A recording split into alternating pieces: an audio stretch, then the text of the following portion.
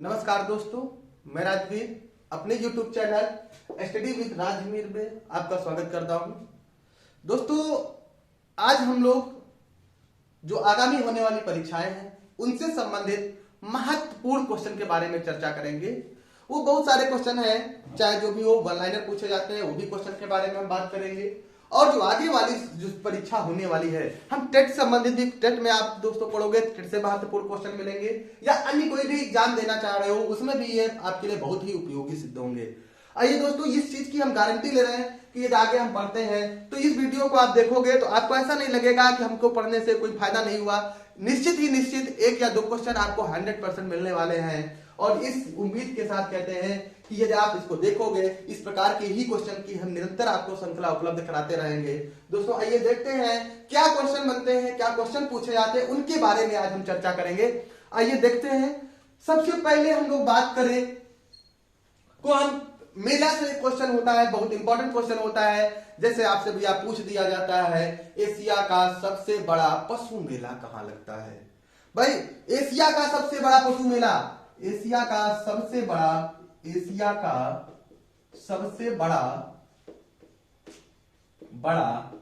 पशु मेला।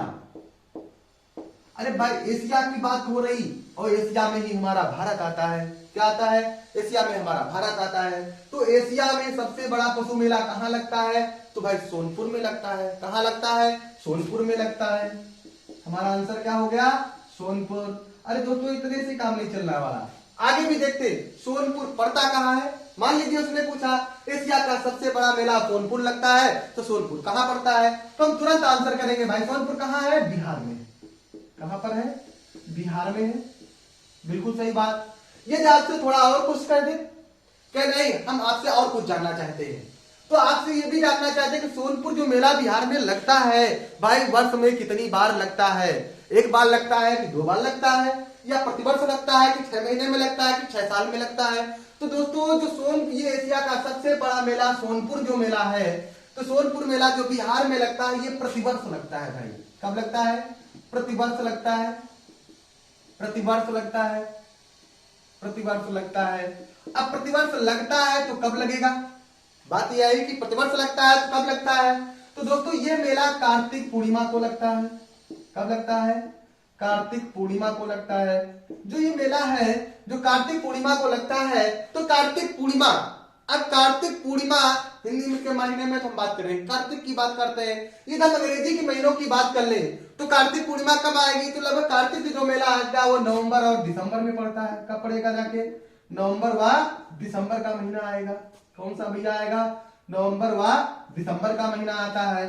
क्योंकि हमारा जो अंग्रेजी महीने शुरू होते हैं वो जनवरी फरवरी से शुरू होते हैं, और जो हिंदी महीना शुरू होता है वो चैत्र बैसाख से शुरू होता है। इसलिए जो हमारा ये मेला पड़ेगा वो कार्तिक पूर्णिमा को से लगना स्टार्ट हो जाता है।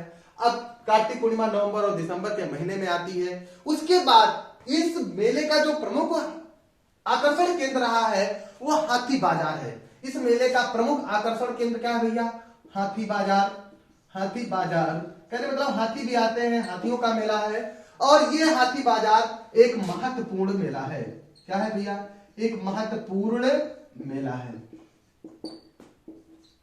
तो हमने देखा कि इससे एक क्वेश्चन से 4-5 चीजें हमको स्पष्ट हो गई।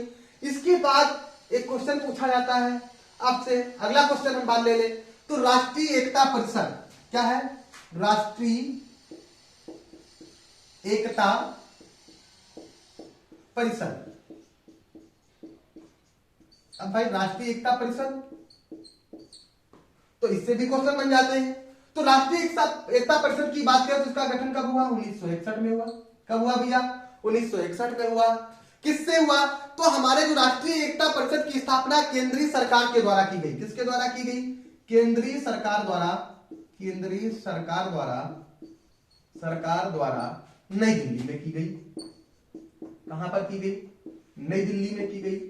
अब भाई राष्ट्रीय एकता परिषद बन गया, 1961 में बना। तो अब आगे आपसे बात आ जाती है इसका अध्यक्ष कौन होता है? तो भाई इसका अध्यक्ष कौन रहेगा? तो इसका जो अध्यक्ष होता है वो प्रधानमंत्री होते हैं। क्या होते हैं भाई? प्रधानमंत्री। इसका अध्यक्ष कौन बनेगा? प्रधानमंत्री बनता है। ये जिसके आगे बात करें अन्य सदस्य क्या होते हैं भैया? तो इनका सदस्य जो गृह मंत्री होता है, गृह मंत्री, इसके सदस्य होते हैं। राज्यों के मुख्यमंत्री, सभी राज्यों के मुख्यमंत्री इसके सदस्य होते हैं। कौन होते हैं भैया? सभी राज्यों के मुख्यमंत्री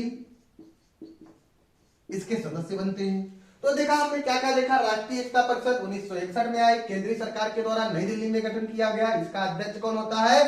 प्रधानमंत्री होता है। अध्यक्ष कौन होता है? प्रधानमंत्री होता है। और गृह मंत्री इसके सदस्य होते थे। सभी राज्यों के मुख्यमंत्री क्या होते भैया? इसके सदस्य होते हैं। आगे देखो, आगे हम बात करते हैं अगले क्वेश्चन की। यदि हम बात करें तो आगे का क्वेश्चन देखेंगे, महत्वपूर्ण क्वेश्चन है भाई। रेंडियर पशु के बारे में नाम सुना होगा, इसके बारे में नाम सुना होगा।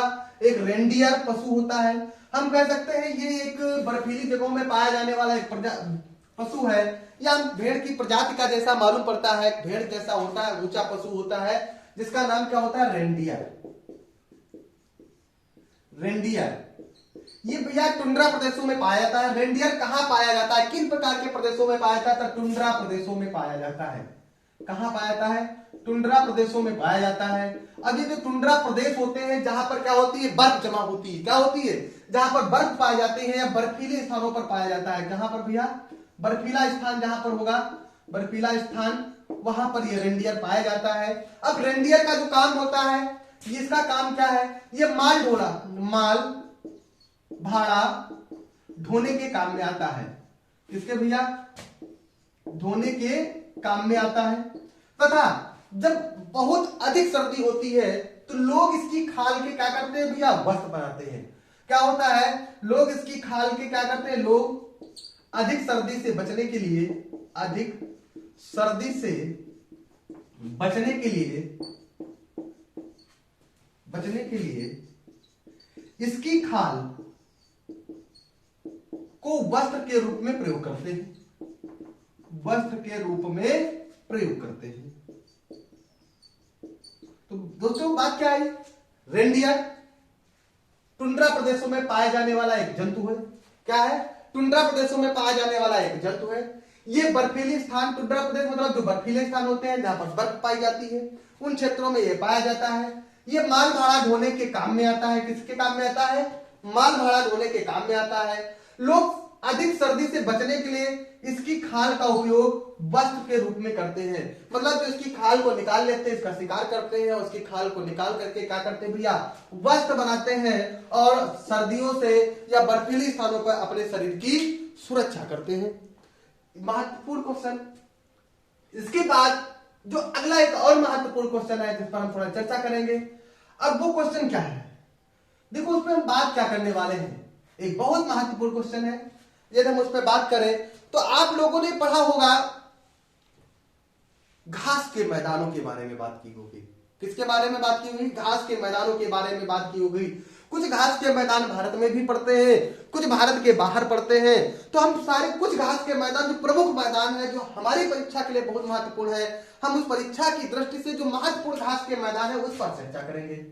किस पर भाई चर्चा करेंगे? घास के मैदान। जब घास के मैदान की बात आती है तो हमारे दिमाग में दो चीजें गूंजती हैं। अब ये दो चीजें क्या गूंजती हैं? तो हम लोग ये चीज देखते हैं कि जो घास के मैदान हमारे मुख्य रूप से है, या तो भाई हमारे क्षेत्र में कुछ गर्मी वाले क्षेत्र होंगे या तो भाई ठंडी वाले क्षेत्र होंगे। जो हमारे मैदान डेवलप होंगे या तो वो गर्म क्षेत्रों में डेवलप होंगे या तो फिर भैया ठंडे प्रदेशों में डेवलप होंगे। क्योंकि हमारे क्षेत्र में कहीं गर्मी ज्यादा होती है, कहीं पर ठंडी ज्यादा होती है। तो जो गर्मी वाले क्षेत्र होंगे तो वहां पर भैया क्या होंगे? उष्णकटिबंधीय घास के मैदान होंगे। और जो ठंडे वाले क्षेत्र होंगे वहां पर क्या होंगे? शीतोष्णकटिबंधीय घास के मैदान होंगे। जहां पर ठंडी और गर्मी दोनों मिलेगी वो शीतोष्णकटिबंधीय घास के मैदान हो जाएंगे, और जहां पर भैया गर्मी होगी वहां पर उष्णकटिबंधीय घास के मैदान हो जाएंगे। तो कितने भैया मैदान, किस तरह के मैदान, कितने प्रकार के मैदान होते हैं? मुख्यतः दो प्रकार के होंगे। अब ये दो प्रकार कौन कौन से हैं? नंबर एक, उष्णकटिबंधीय घास के मैदान। यदि हम बात करें कैसे मैदान? उष्णकटिबंधीय घास के मैदान। उष्णकटिबंधीय घास के मैदान। और यदि हम दूसरे प्रकार के मैदानों की बात करें तो भैया शीतोष्णकटिबंधीय घास के मैदान। कैसे भैया होते हैं? शीतोष्णकटिबंधीय कटिबंधीय घास के मैदान। ये तो बात तो बिल्कुल सही हो गई कि भाई उष्णकटिबंधीय जो गर्मी वाले क्षेत्रों में मैदान बनेंगे, घास जहां पर होगी वो उष्णकटिबंधीय होगी। जो ठंडी वाले मैदानों के क्षेत्र में जो घास होगी वो कैसी होगी भैया, शीतोष्णकटिबंधीय होगी। अब इतना तो हम लोग सब जान ले कि भाई उष्णकटिबंधीय और शीतोष्णकटिबंधीय क्या है। हम भाई सबसे पहले हम तो पढ़ते चले आए, ये हमारी क्या होती है, भूमध्य रेखा होती है। क्या होती है, भूमध्य रेखा होती है, या विषुवत रेखा होती है, या जीरो अक्षांश रेखा होती है। अब जीरो अक्षांश रेखा जो होती है तो सबसे ज्यादा गर्मी भैया कहां पर होती है, विषुवत रेखा के आसपास होती है। सबसे ज्यादा गर्मी कहां पर होगी, विषुवत रेखा पर होती है। सबसे ज्यादा ठंडी कहां पर होती है, तो ध्रुवों पर होती है। तो ऊपर वाले इसको हम उत्तरी ध्रुव कहते हैं। क्या कहते हैं भैया, उत्तरी ध्रुव कहते हैं। और इसको हम क्या कहेंगे, दक्षिणी ध्रुव कहते हैं। क्या कहते हैं भैया, दक्षिणी ध्रुव कहते हैं। अब भाई ज्यादा गर्मी की बात करें तो ज्यादा तो गर्मी विषुवत रेखा के आसपास होगी, लेकिन जो हमारे जो घास के मैदान, उष्णकटिबंधीय जो घास के मैदान होते हैं वो कहां से कहां तक पाए जाते हैं। तो देखो बहुत ज्यादा तो हमारी हम बात करें तो यहाँ से हम डेवलपमेंट करते लेते हैं तो हम कह सकते हैं कि इधर हमारी क्या होती है भाई, 23.5 अंश क्या होता है, 23.5 अंश उत्तरी अक्षांश और 23.5 अंश दक्षिणी अक्षांश। तो 23.5 अंश उत्तर में क्या है, कर्क रेखा पाई जाती है। क्या भाई पाई जाती है, कर्क रेखा पाई जाती है, कर्क रेखा होती है। और दक्षिण की बात करें तो क्या होती है, मकर रेखा होती है। इतनी बात तो हम लोग सब लोग जानते हैं। 23.5 उत्तर में कर्क रेखा और 23.5 दक्षिण में मकर रेखा होती है। तो यहाँ तक जब हम बात करें तो हमारे जो घास के मैदान है उष्णकटिबंधीय, तो भाई उष्णकटिबंधीय जो हमारा ये आता है जो 23.5 की हम बात करते हैं तो ये हमारे 23.5 की बात करेंगे तो यहाँ पर कर्क रेखा है। और कर्क रेखा भारत के बीचों बीच से होकर गुजरती है। कहां से गुजरती है, भारत के बीच से होकर जाती है। इसका मतलब है कि हमारा जो भारत का भी क्षेत्र आता है वो उष्णकटिबंधीय क्षेत्र में कुछ आता होगा। तो हम यहाँ पर यदि बात करें, हम उष्णकटिबंधीय क्षेत्रों की मैदानों की बात करें तो ये लगभग ये मैदान हम ये मुख्य रूप से लेकर चलते हैं तो 10 अंश से लेकर 25, 10 अंश अक्षांश से लेकर के 25 से 30 अक्षांश उत्तर में पाए जाते हैं। और इतनी ही 10 से 25 से 30 अक्षांश दक्षिण में फैले हुए हैं। कहने मतलब हम यहां से यहां तक और यहां से यहां तक ये वाला जो क्षेत्र होगा, ये दोनों तरफ का क्षेत्र, ये कैसा क्षेत्र कहलाएगा भैया, ये दोनों तरफ का जो क्षेत्र होगा ये हमारा क्षेत्र उष्णकटिबंधीय जोन कहलाएगा। कैसा कहलाएगा भैया, उष्णकटिबंधीय क्षेत्र कहलाता है। अब यहां तक मैंने कहने मतलब हमने आपसे बात की 10 अंश से बिल्कुल छोड़कर एकदम जीरो से भी ले चलते हैं कहां तक, 30 तक या 25 तक ले चले, 25 से 30 तक।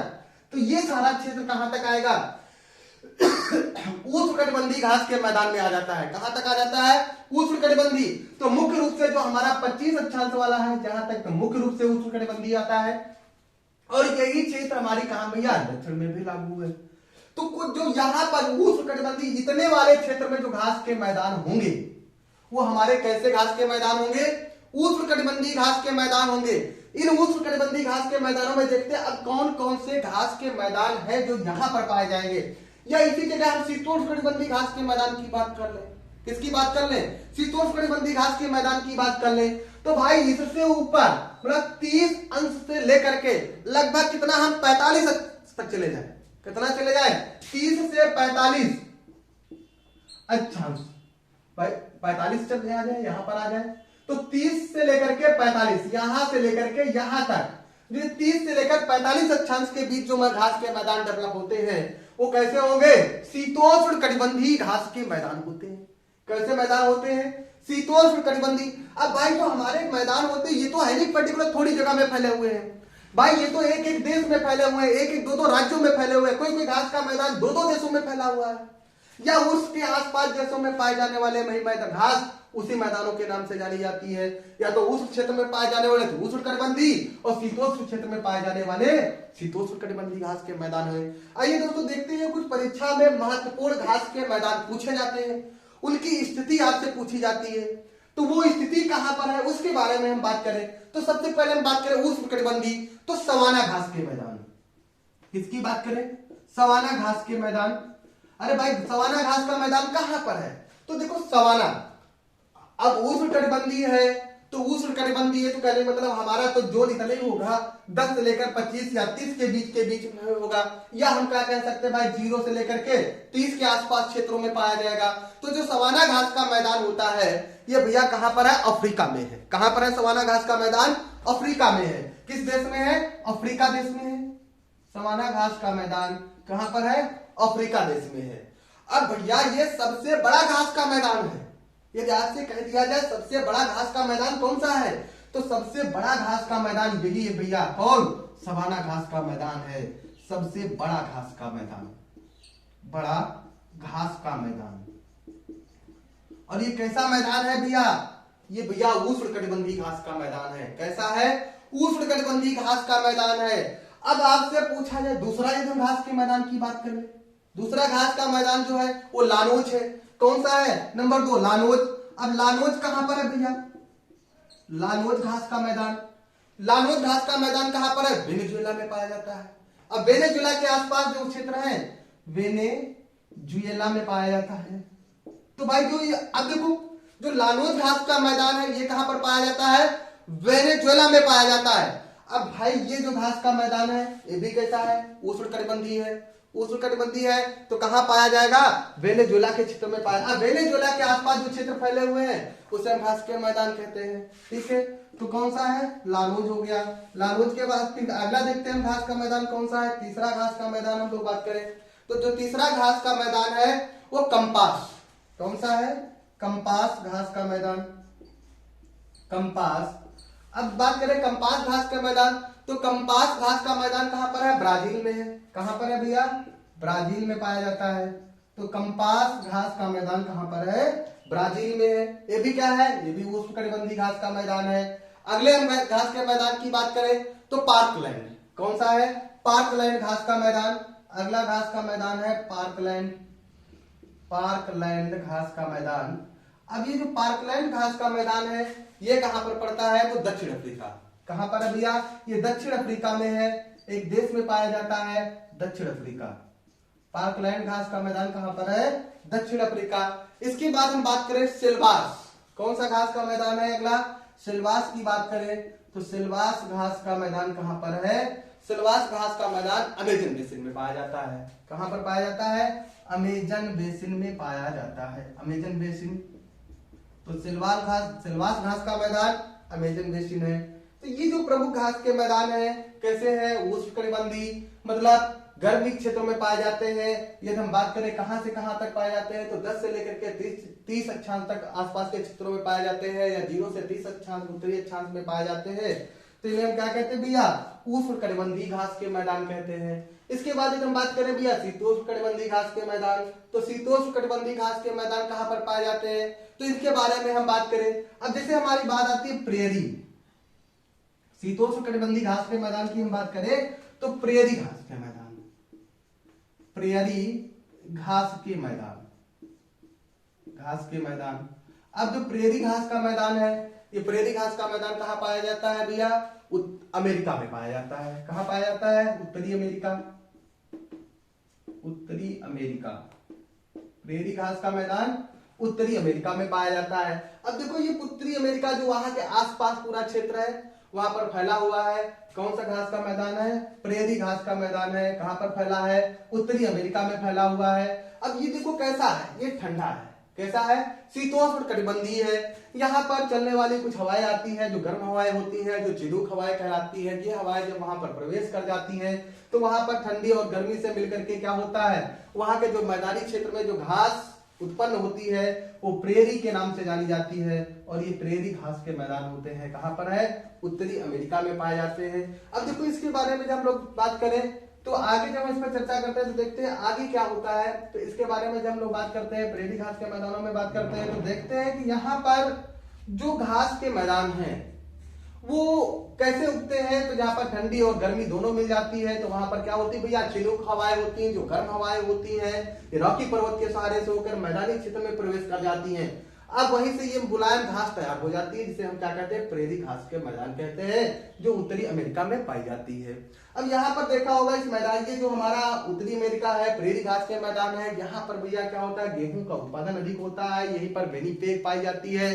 जो भैया विश्व में गेहूं की सबसे बड़ी एक मंडी होती है। क्या है? गेहूं की सबसे बड़ी मंडी कौन सी है? वो प्रेरी घास के मैदान की क्षेत्र में विनिपेग है। कौन सी है? विनिपेग है। विनिपेग गेहूं की सबसे बड़ी मंडी है। क्या है कि भैया गेहूं की सबसे बड़ी मंडी पाई जाती है, वो इसी क्षेत्र में पाया जाता है और गेहूं उत्पादन में ये क्षेत्र काफी अग्रणी है। उसके बाद भैया पंपास घास का मैदान है। कौन सा है? पंपास घास के मैदान। जो पंपास घास का मैदान है, ये पंपास घास का मैदान कहां पर? अर्जेंटीना में पाया जाता है। कहां पर पाया जाता है भैया? अर्जेंटीना। अर्जेंटीना में पाया जाता है। अर्जेंटीना है, उरुग्वे है, यहाँ पर क्या पाया जाता है? पंपास घास के मैदान पाए जाते हैं। इसके बाद जब हम आगे बात करें अन्य जो शीतोष्णकटिबंधीय घास के मैदान है वो कहां पर पाए जाते हैं, तो भैया इसके आगे की जब बात करते हैं स्टेपीज घास के मैदान, स्टेपीज घास के मैदान। तो स्टेपीज घास के मैदान कहां पर पाए जाते हैं? तो ये यूरेशिया, जो स्टेपीज घास का मैदान है ये यूरेशिया में पाया जाता है। कहां पर होते हैं भैया? यूरेशिया मतलब यूरोप और एशिया में होते हैं। यूरोप व एशिया में पाए जाते हैं। कहां पर पाए जाते हैं? यूरोप और एशिया में पाए जाते हैं। कौन से घास के मैदान है? स्टेपीज घास का मैदान है। तो ये कैसे मैदान है? सब शीतोष्णकटिबंधीय। अगला आपसे क्वेश्चन पूछ दिया जाता है बेल्ट घास के मैदान कहां पाए जाते हैं? कौन से भैया? बेल्ट घास के मैदान। तो बेल्ट घास का मैदान कहां पर पाया जाता है, इसके बारे में हम लोग बात करें तो बेल्ट घास का मैदान भी कहां पर पाया जाता है? बेल्ट की बात करते हैं तो दक्षिण अफ्रीका में पाया जाता है। कहां पर पाया जाता है भैया? दक्षिण अफ्रीका। दक्षिण अफ्रीका में पाया जाता है। कौन सा घास का मैदान है? बेल्ट घास का मैदान है। ये कहां पर पाए जाते हैं? दक्षिण अफ्रीका। डाउन्स कहां पर पाया जाता है? तो ऑस्ट्रेलिया। डाउन्स घास के मैदान कहां पर पाए जाते हैं? तो ऑस्ट्रेलिया में पाए जाते हैं। डाउन्स घास के मैदान ऑस्ट्रेलिया में पाए जाते हैं। कहां पर? ऑस्ट्रेलिया में पाए जाते हैं। डाउन्स घास के मैदान कहां पर पाए जाते हैं? ऑस्ट्रेलिया में पाए जाते हैं। तो ये महत्वपूर्ण घास के मैदान थे। एक बार जल्दी से हम देखते हैं उष्णकटिबंधीय घास के मैदान। सवाना घास का मैदान अफ्रीका में पाया जाता है। लानोस घास का मैदान वेनेजुला में पाया जाता है। कंपास घास का मैदान ब्राजील में पाया जाता है। पार्कलैंड घास का मैदान दक्षिण अफ्रीका में पाया। सिलवास घास का मैदान अमेजन बेसिन में पाया जाता है। प्रेरी घास के मैदान उत्तरी अमेरिका में पाए जाते हैं। यहाँ पर विनिपेग है जो गेहूं की सबसे बड़ी मंडी है। पंपास घास के मैदान अर्जेंटीना में पाए जाते हैं। स्टेपीज घास के मैदान यूरेशिया में पाए जाते हैं जो यूरोप और एशिया के क्षेत्र में पाए जाते हैं। बेल्ट घास के मैदान दक्षिण अफ्रीका में पाए जाते हैं। डाउन्स घास के मैदान ऑस्ट्रेलिया में पाए जाते हैं। तो ये सारे प्रमुख घास के मैदान थे जो यहाँ पर पाए जा रहे थे। इसके बाद भी हम कुछ बात करें, आगे क्वेश्चन की बात करें तो उसमें हम देखते हैं आगे कौन से महत्वपूर्ण क्वेश्चन आता है। यदि हम अगले क्वेश्चन की बात करें तो यदि आगे की बात करें तो भी महत्वपूर्ण क्वेश्चन है जो हमारे एग्जाम के लिए क्या है, बहुत महत्वपूर्ण होता है। तो आगे क्वेश्चन की यदि हम बात करते हैं तो एक पुस्तक है आत्मकथा का स्ट्रगल, इंडियन स्ट्रगल। एक पुस्तक का नाम है दी आत्मकथा दी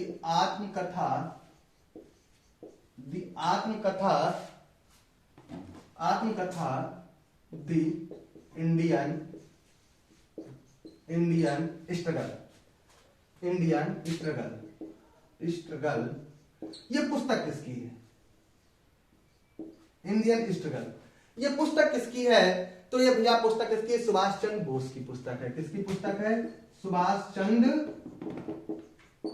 बोस की पुस्तक है। ये पुस्तक किसकी है? सुभाष चंद्र बोस की पुस्तक है। कौन सी पुस्तक है? आत्मकथा the Indian struggle, Subhash Chandra Bose की पुस्तक है। इसके बाद हम अगला क्वेश्चन की बात करें, ये जो आगे हम क्वेश्चन की बात करते हैं इसमें देखो सुभाष चंद्र बोस के लिए आत्मकथा लिखी गई है, उनकी द इंडियन स्ट्रगल, उसके बारे भारत के स्ट्रगल के बारे में बताया गया है। ये पुस्तक किसकी है?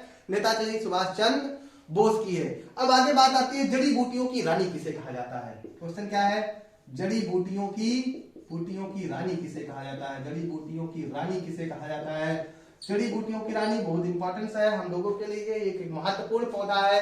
तुलसी को कहा जाता है। किसको कहा जाता है भैया? तुलसी को कहा जाता है। इसका औषधि बहुत महत्व है और इस हिंदू धर्म में इस पौधे का बहुत ही प्रयोग किया जाता है। इसका जो वैज्ञानिक नाम है ओसियम सैक्टम है। इसका जो वैज्ञानिक नाम कौन सा है भैया? ओसियम सैक्टम इसका वैज्ञानिक नाम है। क्या नाम है? ओसियम सैक्टम इसका वैज्ञानिक नाम है। ये एक महत्वपूर्ण पौधा है, औषधीय पौधा है जिसका बहुत ही हिंदू धर्म में इसका बहुत ही महत्व है। अगला हम क्वेश्चन की बात करें, भाई ये भी पूछा जाता है 16 वन घास के मैदान कहाँ पाए जाते हैं? कौन? 16 घास के मैदान या 16 वन घास के मैदान।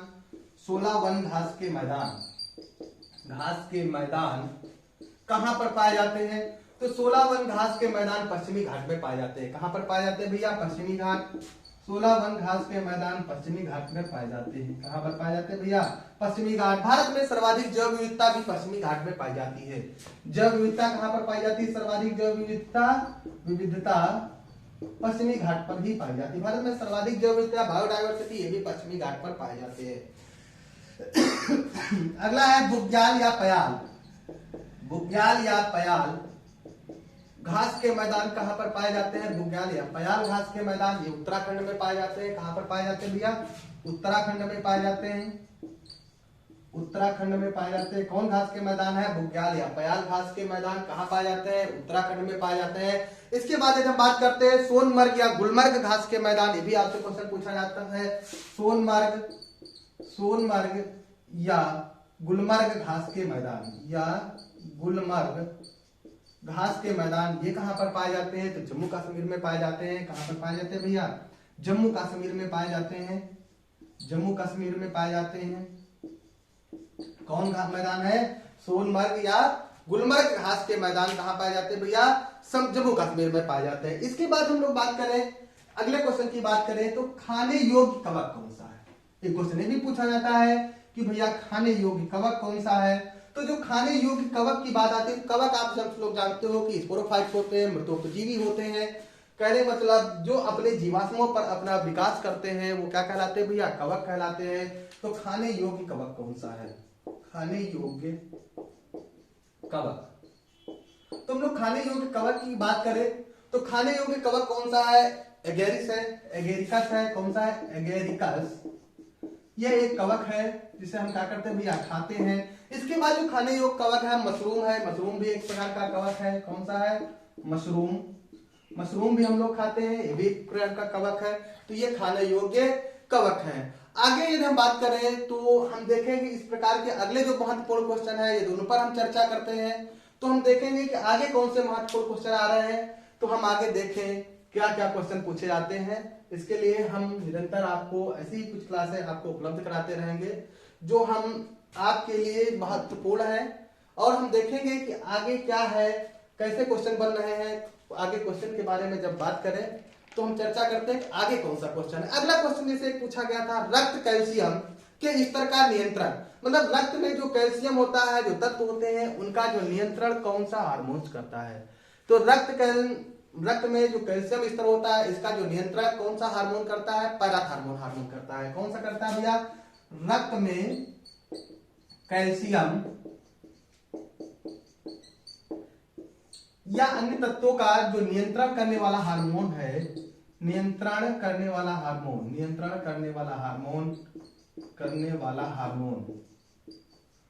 कौन सा है? हार्मोन्स है जो पैराथायराइड ग्रंथि से द्वारा स्रावित होता है। किससे स्रावित होता है? पैराथायराइड ग्रंथि से स्रावित होता है।